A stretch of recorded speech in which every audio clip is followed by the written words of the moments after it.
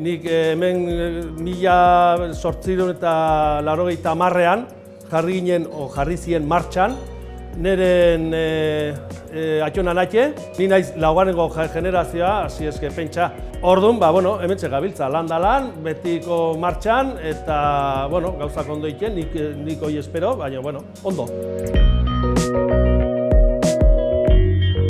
Temporadako produktok, guain nahi auzokin eta tripakiak, revueltok, ontxok, barazik ensaladak eta holako gauzak. Hoi jendea estimatzen du asko eta horrekin segitzen dugu eta, horrekin. Eta tabernan ere eukitzen dugu pintxo, kasualitak eta ere ematen dugu salda. Leku askotan ja ez dugu aurkitzen, gu guaindik salda badaukegu. Agostun ere salda badaukegu. Eta pintxok, guain negun, odolkik, azakin eta hori hartatzen dugu.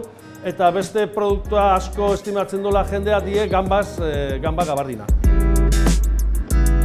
Itxura dago oraindik, baserritar batzuk oraindik etortzen die, hamaiketako aitea, postu montauta gero, hamaiketako txiki bat eitea, eta hori itxura oraindik segitzen da, eta lehengo gauzak zerbait oraindik badago. Pandemia bukatzen nahi dela, jendea gustora hartzen du ere kalean ibiltzea, alternatzea.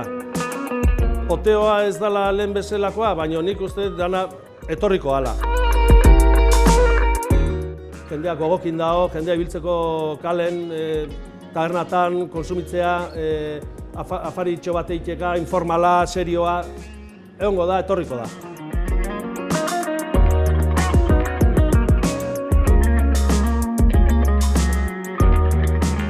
Nire supermerkatua hemen dauket Ordizin, hor frenten, netzat komodo, produktuak, kalitatea eta gauzak ondo ina. Hoi da gure intentzioa behintzat eta tradizioa eskura, hoi da, Martinez Jatetxea.